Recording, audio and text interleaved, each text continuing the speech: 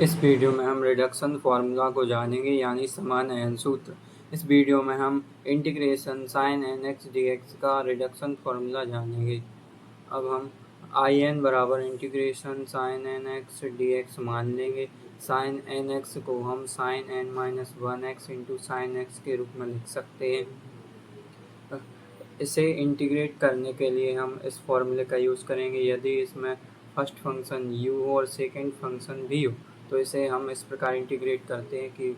First function integration of second function minus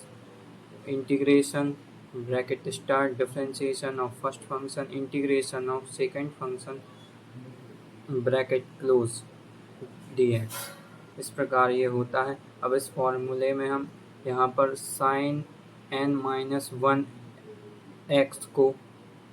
first function मानेंगे और sine x को second function मानेंगे। अब हम आगे इंटीग्रेशन करेंगे तो first function integration of second function minus integration of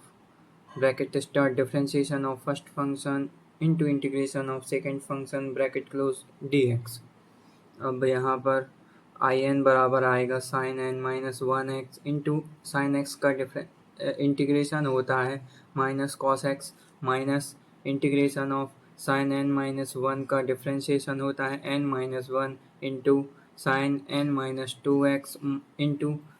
cos x और साइन एक्स का इंटीग्रेशन होता है माइनस कॉस एक्स और ये डी एक्स आएगा। यहाँ पर ये माइनस यहाँ पर आगे आ जाएगा minus sine n minus one x into cos x और ये माइनस आगे आएगा तो ये माइनस और माइनस प्लस हो जाएगा। अब आगे आएगा integration n minus one sine n minus two x into cos और कॉस का गुणा हो जाएगा तो cos square x d x आ जाएगा। अब यहाँ पर minus sine n minus one into cos x plus n minus one यहाँ पर कॉमन ले लेंगे। बाद में आएगा integration of sine n minus two x into cos square x को हम one minus sine square x लिख सकते हैं और ये डी एक्स का डी एक्स यहाँ पर आएगा। अब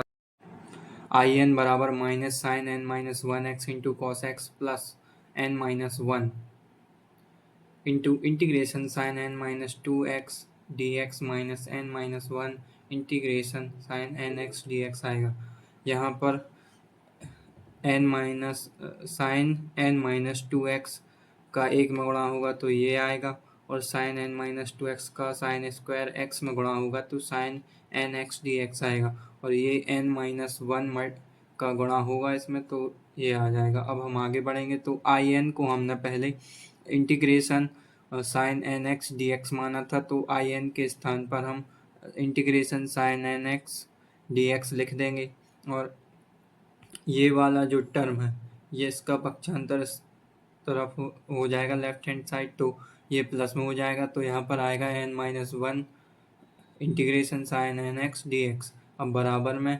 ये आएगा minus sine n minus one x into cos x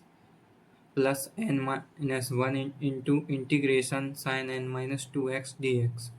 ये आ जाएगा। अब यहाँ पर sine n x d x integration sine n x d x इन दोनों में कॉमन है तो यहाँ पर हम इसको कॉमन ले लेंगे तो यहाँ पर बचेगा one plus n minus one बराबर minus sine n minus one x into cos x plus n minus one into integration sine n minus two x d x.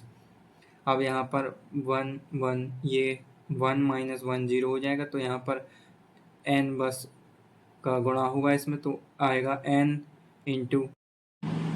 ये n into integration sine n x into d x बराबर minus sine n minus one x into cos x plus n minus one into sine n minus two x d x आएगा। ये